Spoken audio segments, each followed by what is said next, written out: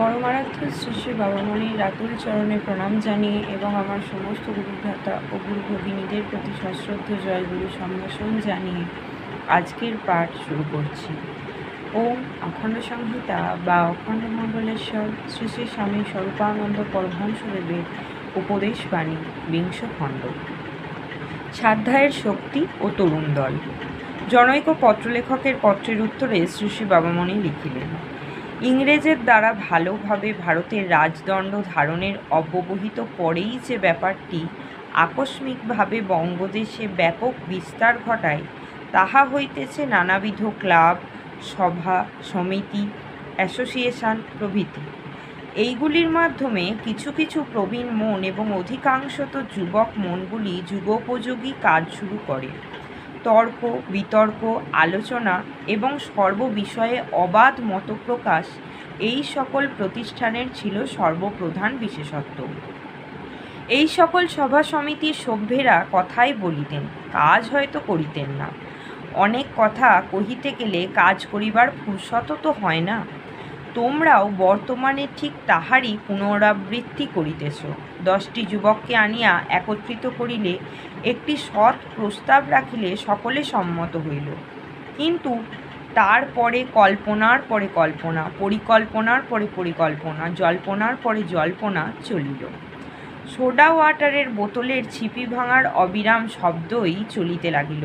শব্দই তখন ব্রহ্ম হইয়া গেল এবং শব্দ ছাড়া অন্য কোনো কাজ করিবার আর রহিল না।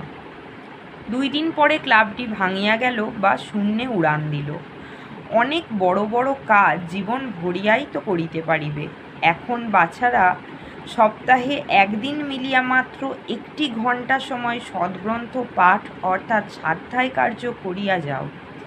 অনেক অনেক কাজের ফিরিস্তি দেওয়ার মানে কোনো কাজটিই করিয়া উঠিতে না পারা।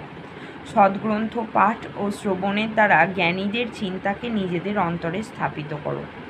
সৎ চিন্তার শক্তিতে ভবিষ্যতে অনেক বড় কাজ করিতে পারিবে। বড় বড় কথার মধ্য দিয়া তরুণদিগকে একত্র করিতে না চাহিয়া ছোট ছোট কাজের মধ্য দিয়া তাহাদিগকে একত্র করিবার চেষ্টা করো। সদ্গ্রন্থের আদান প্রদান, পঠন পাঠন, শ্রবণ মনন ও তদ্বিষয় নিয়া পারস্পরিক আলোচনা প্রভৃতির মাধ্যমে ছোট করিয়া কয়েকজনের সমাবেশকে সার্থকতায় মণ্ডিত করিবার চেষ্টা করো। যে সকল ছেলেরা বকিয়া গিয়াছে, যাহারা চরিত্রভ্রষ্ট ও সন্নীতিচ্যুত হইয়াছে, তাহাদিগকে হঠাৎ করিয়া আনিয়া সংশোধনের গুরুদায়িত্ব নিজ স্কন্ধে নিতে প্রয়াসী হইও না। যে সকল কুসুমে এখনও কীট বসে নাই, তাহাদিগকে নিষ্পাপ নিষ্কলঙ্ক রাখিবার জন্য প্রয়াসী হও সর্বাগ্রে।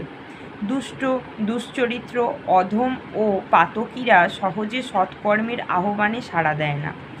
তাহাদিগকে ঘৃণা না করিয়াও, তাহাদের বিরুদ্ধে বিদ্বেষ না রাখিয়াও, তাহাদের প্রতি উদাসীন এবং অপক্ষপাত থাকিয়া নিজেদের করণীয় কাজ পবিত্র চরিত্র সৎস্বভাবের কিশোরদের মধ্যে আরম্ভ করিয়া দাও। তাহারা সংখ্যায় কম হইতে পারে, কিন্তু লোহার চেয়ে সোনা ওজনেও বেশি ভারী, দামেও বেশি কুলীন, ইহা কে না জানে। জয় গুরু।